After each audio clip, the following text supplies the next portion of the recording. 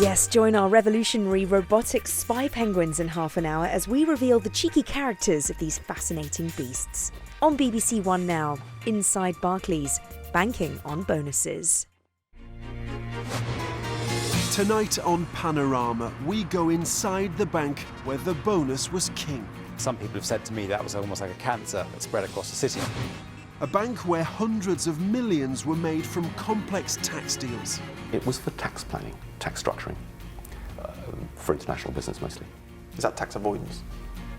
It's tax avoidance, yes.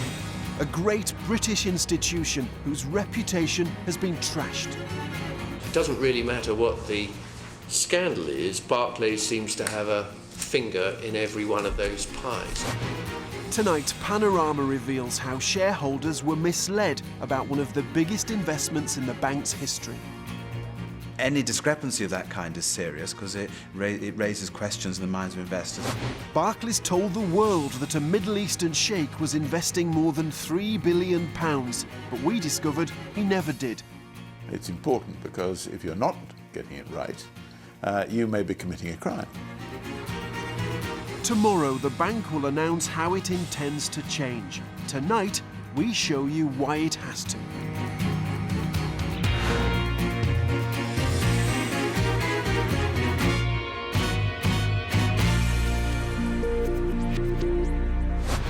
Y'all ready for this? Hey, y'all ready, fellas?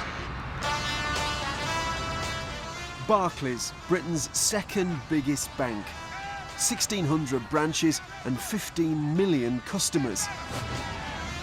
It's the sponsor of the Premier League and these, London's Boris bikes. Barclays isn't just the bank you know from your high street. That's all changed. Barclays is now a much bigger deal. It's grown from a national retail bank to an international financial powerhouse. Barclays has gone from being a high street bank with an investment bank attached to it to effectively an investment bank with a high street bank attached to it. It was the high street operation, the money in millions of personal accounts, that helped the investment bank to grow. Having a retail bank attached to you is a great way to make an investment bank bigger and protect an investment bank from risks that come with running an investment bank. The plan worked. The high street bank, used by the likes of you and me, is now the junior partner. The riskier investment bank made 3 times as much profit as its UK retail and business arm.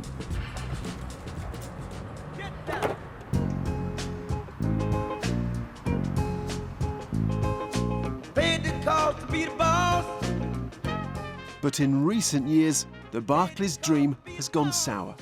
It was the first bank to admit cheating interest rates to boost profits. The so-called LIBOR scandal forced out Bob Diamond, the high-profile chief exec. Clearly there were mistakes. Clearly there was behavior that was reprehensible. And his replacement, Anthony Jenkins, has not had a great couple of weeks. He's promising a fresh start at Barclays. I believe we have been too short-term focused, on occasions too aggressive, and on occasions too self-serving. But 2 of his senior management team announced they were leaving. And after criticism of a potential £1 million bonus, Mr. Jenkins gave it up. Barclays have told us their commitment to change is genuine. And this corporate video shows senior execs chewing the fat on Barclays' new values. I think it's about, can I justify to colleagues, friends, family, what I've done today? Do they understand it? Am I improving their lives? And can I be proud of it? Am I personally accountable for that? It makes you feel good as well. But there are much more serious threats on the horizon. 4 investigations into how the investment bank did business. 5 if you include an internal Barclays review.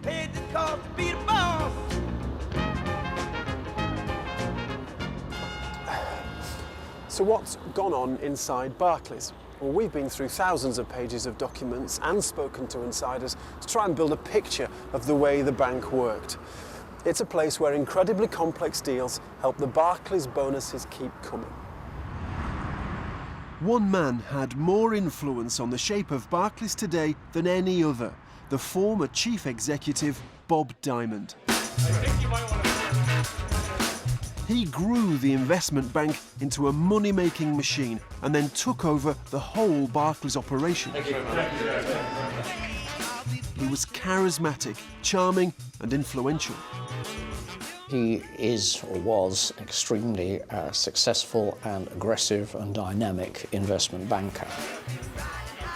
In the city, he was admired for what he built. Whenever we questioned him as analysts, he was never strong on the detail of the numbers, but he had a clear plan in place and he knew how he wanted to deliver that. I get up in the morning, I want a big breakfast. I want my girlfriend to say, "Good morning, big boy," to which I'll reply. And Barclays wanted to grow. As this advert shows from 2000, the bank was brash, proud and up for the biggest deals. I'll get into my big car, set off into the big wide world. She'll give me a big wave, close the door of our big house. And it was prepared to pay big rewards. There's only one small problem, my fee. I'd like it to be, what's the word?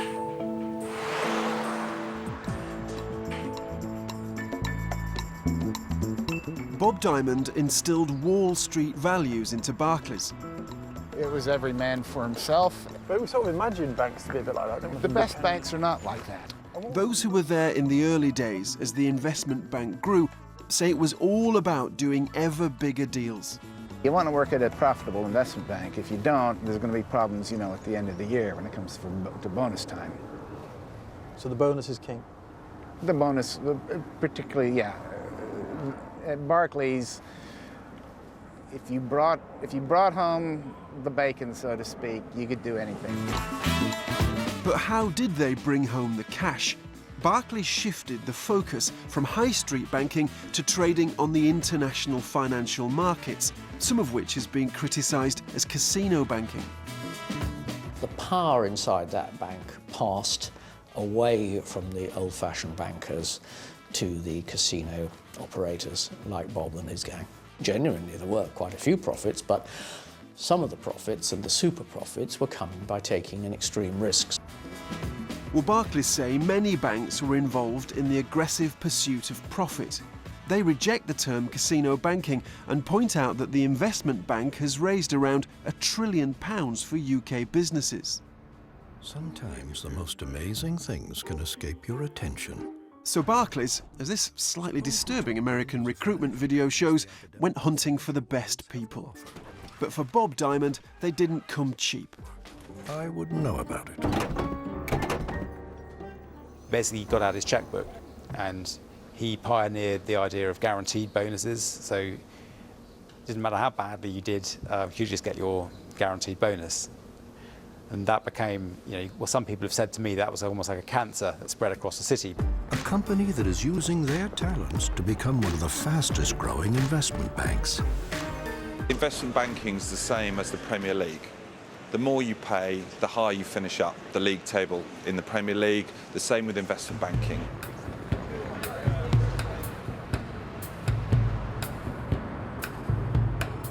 Of course, private companies can pay what they like, and other investment banks pay their staff well too. But Barclays has been criticised for continuing to pay high bonuses even after the financial crisis in 2008. In 2011, Barclays paid nearly £2.6 billion in bonuses. But what about the people who actually own the bank, the shareholders? So what does it feel like to be a shareholder of Barclays today? Pretty grim. Robert Muriel's been a Barclays shareholder for 30 years. But in recent years, his dividend, the payment on his shares, has been slashed. He's written to the bank dozens of times over the years. And what did you tell the bank? What was your view? Well, the view was that these payments were excessive. I realised the people were making money for the bank at the time, but I couldn't see any need for any one individual to get that sort of reward. In fairness to Barclays, their record on dividend payments is better than some of their rivals. They say they are committed to rebalancing rewards between shareholders and staff. The overwhelming majority of shareholders support the pay structure. And those with shares in banks the government did bail out still do not receive any dividends at all.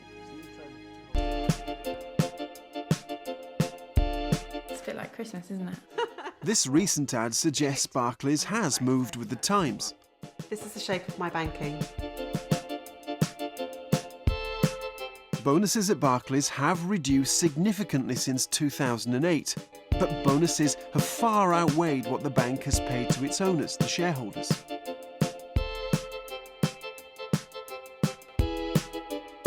I think that investment banking says it's for the shareholder, but actually is a machine for the enrichment of investment bankers. Carol Williams is an academic who we asked to study Barclays' accounts.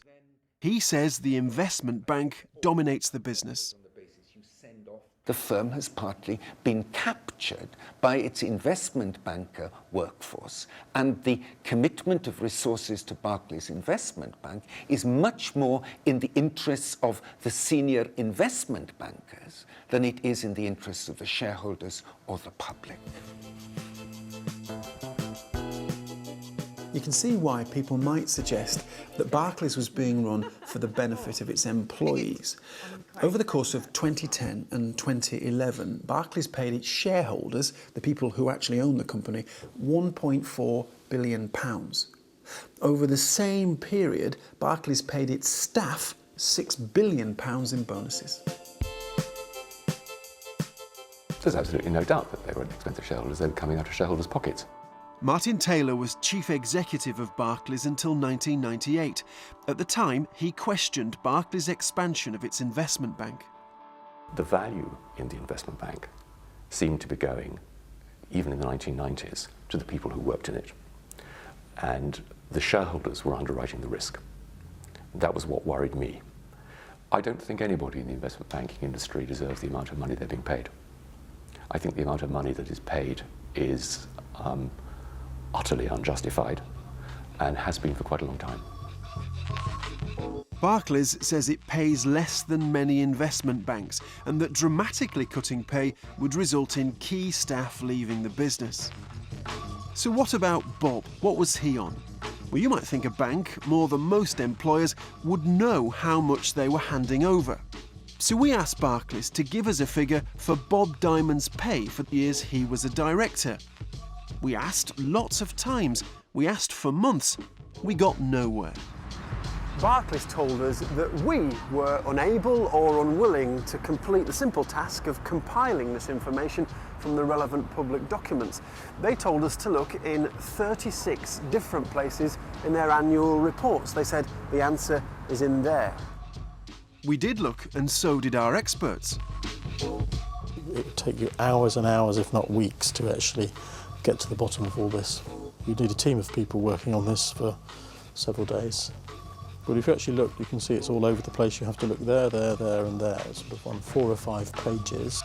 Our best estimate is that in 6 years, Bob took home about £120 million in cash and shares.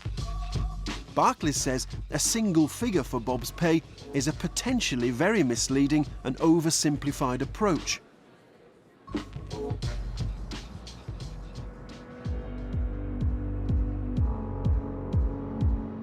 So where's the money coming from to fund the 7-figure bonuses? Well, Panorama has gone inside a controversial department that flourished in Bob Diamond's investment bank. Barclays doesn't like talking about it, but it's called Structured Capital Markets, or SCM. Given its size, what SCM did was amazing. It only employed 100 people, but managed to make around £1 billion a year in profit. Now, 140,000 people work for Barclays, but this tiny team was generating a significant chunk of the bank's total profits. So how on earth did they do it? So Structured Capital Markets, SCM, was that there when you were at the bank? Yes, it was. There was a business within the investment bank, relatively modest scale, very profitable. What was it for? It was for tax planning, tax structuring, for international business mostly. Is that tax avoidance? It's tax avoidance, yes. Tax avoidance isn't illegal, and all banks work to lower taxes for their clients. but tax avoidance at Barclays was done on a spectacular scale. It was enormous. It was enormous. I mean, it was a very major, tax avoidance was a very major profit centre for the whole of Barclays. It's as if their office in Canary Wharf was a sort of offshore island completely divorced from the rest of Britain. I had a good look at what SCM was doing in my day. The question really was how aggressively it should be grown. My view was it should not be grown very aggressively, because you could only grow it aggressively by pushing the envelope too far. Now, critics would say that Martin Taylor always opposed a major expansion of the investment bank. It was the main reason he left. And after he went, the SCM department did expand dramatically. This company. We've been given confidential documents which show the shape of one SCM tax avoidance scheme. Barclays sits there. That's the Luxembourg Bank, that's the finance. Staff lent billions of pounds to a bank in Luxembourg via complex structures and a company in the Cayman Islands. Down at the bottom here, we've still got our £2.5 billion. Barclays drew up the whole structure. It's like some sort of nightmare IKEA map. Somehow, all of this helped Barclays exploit the system and avoid millions in tax. There's something else here which has got 120 million in dividend. And there's Barclays up at the top. Barclays told us it does not offer, condone or support unlawful tax evasion. Where any SCM transaction has UK tax implications, we make full and explicit disclosure to Her Majesty's Revenue and Customs. Inside Barclays Investment Bank, SCM was a closed world, but we've tracked down an insider. As long as we protected his identity, he agreed to tell us about this little-known tax avoidance department. It was isolated. The whole section had about 100 people, including support staff, so there were about 60 people on the front end. They made huge profits. Much of their work was about finding new ways of avoiding tax. Some very smart people in the product development team would come up with a tax trick, and the marketing team would cloak it in some kind of rationale. Some tax structuring is common in a lot of banks, and there's nothing wrong with it. It's perfectly normal. The issue was that they turned it into an industry within the bank. We used to say to ourselves at the time, how does a bank get away with this stuff? SCM paid some of Barclays' biggest bonuses. We've been told the bonus pool was 10% of profits, which would mean in its best year, 100 people shared £100 million. Barclays says our figures are inaccurate. But over the weekend, Barclays announced SCM will close. The bank is expected to say it will no longer engage in activities where the main objective is to access tax benefits. Which brings us to the biggest deal of all. Back in 2008, Barclays was in trouble. It looked like they might have to ask for a government bailout. In 2008, the whole world banking system was in crisis, and the British banks in particular were in terrible trouble. Barclays, perfectly reasonably, were desperate to avoid a rescue. So why was Barclays keen to stay out of government control when other banks were bailed out? Well, Barclays has made much of the fact that it remained independent, but some say there's another reason, the same old reason: bonuses. They were prepared to do anything to avoid going to the taxpayer, because that would have required limits on bonuses. It would have undermined the culture that Bob Diamond was known for. Do you think bonuses were a factor in this? Oh, I'm sure it was. I'm sure it was. But I don't believe it was the only reason. But it was a factor? It must have been.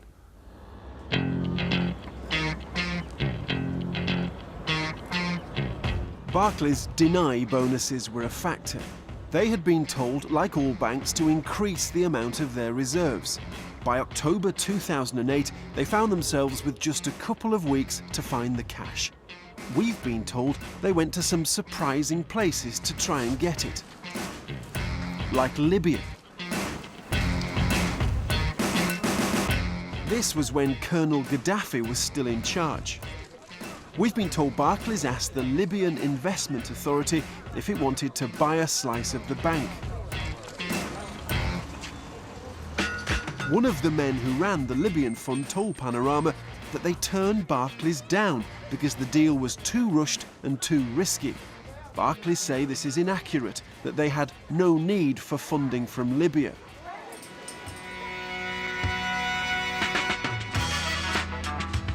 In the end, it didn't matter. Two other groups in the Middle East were happy to provide the cash. £7 billion, mainly from the Gulf states of Qatar and Abu Dhabi. It came at almost credit card rates of up to 14%. The Qatar deal is under investigation by the Serious Fraud Office and the Financial Services Authority. But we think the Abu Dhabi side of the deal raises questions too, about Barclays' relationship with a Middle Eastern sheikh.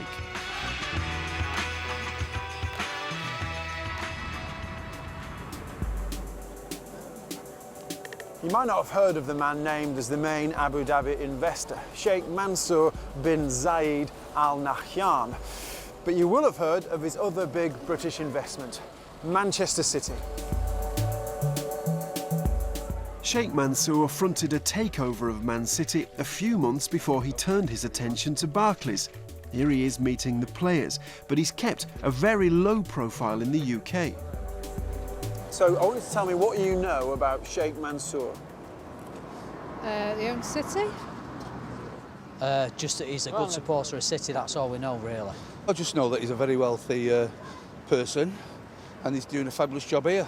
Don't know too much about his investment in this country, other than the stuff he did with, was it Barclays Bank, where he helped bail them out, rather than them having to go to the government.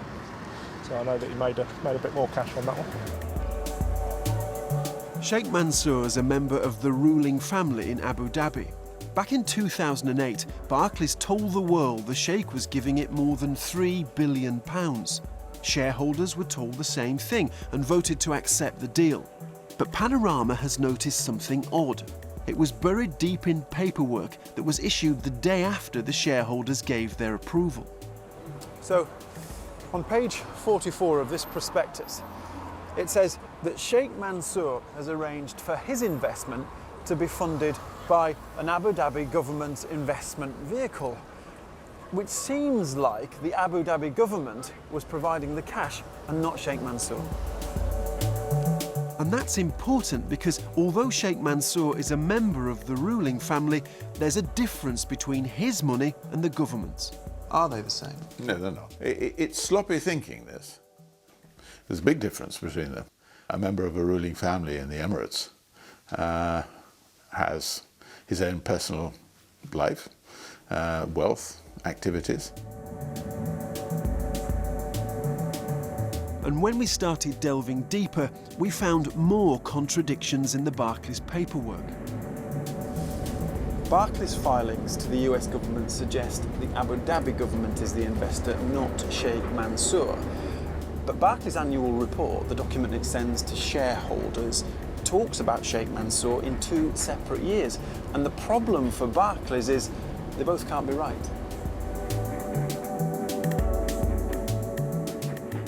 Two reports referring to the same date, you'd expect to be entirely consistent, because if they're not, that means that there's something wrong, something inaccurate.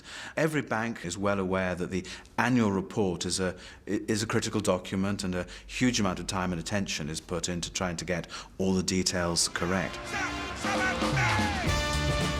Barclays has now told us the investor was actually the Abu Dhabi government. They've admitted they knew the investor might change, even as shareholders voted for Sheikh Mansour. The banks say that when the change was confirmed, it provided appropriate disclosure. Barclays admits it was wrong to still identify Sheikh Mansour in its annual reports, but says this was simply a drafting error.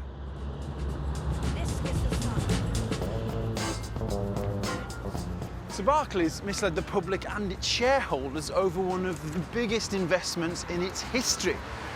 But that is not the only reason why our discovery might be important.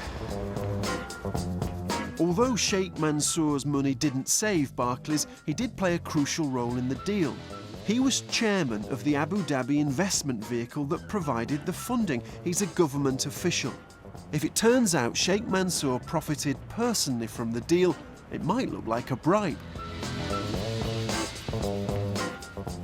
You have to worry not because Sheikh Mansour may or may not be doing something wrong. You have to worry because you may be doing something wrong as a bank. How big an issue is it to get that right? It's important because if you're not getting it right, you may be committing a crime. The Barclays deal offered a lucrative incentive, the chance to buy 758 million shares at a fixed price.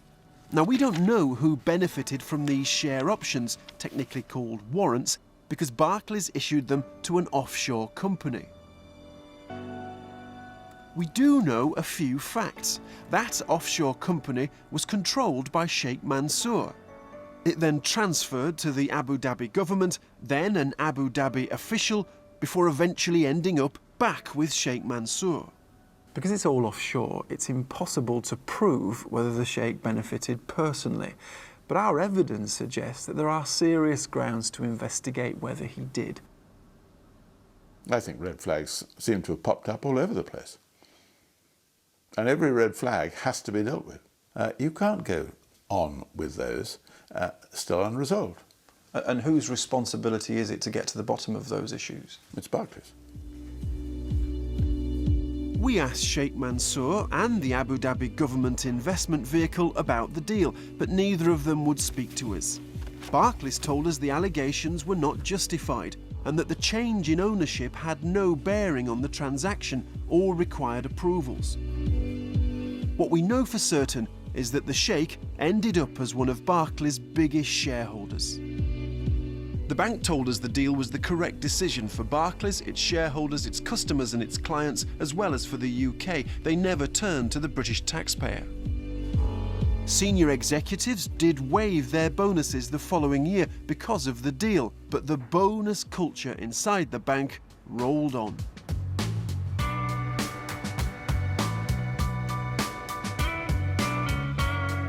Barclays says it's unfair to put this programme out the night before the new chief exec outlines his vision for the future. In a statement, Mr. Jenkins told us, "Unfortunately, I cannot change the past. No one should underestimate our total resolve to make Barclays a better bank." One of his predecessors says things have to change. I think that trying to put the business on a more solid footing so that it doesn't make these missteps in the future is terrifically important. But some critics think it's too little too late. The fall of Barclays from being really the most reputable bank long ago, you lose a reputation that takes hundreds of years to build just in a few years, and it's going to take them a long time to rebuild it. After so many years of relying on its troublesome investment bank, can Barclays finally end its addiction to bonuses?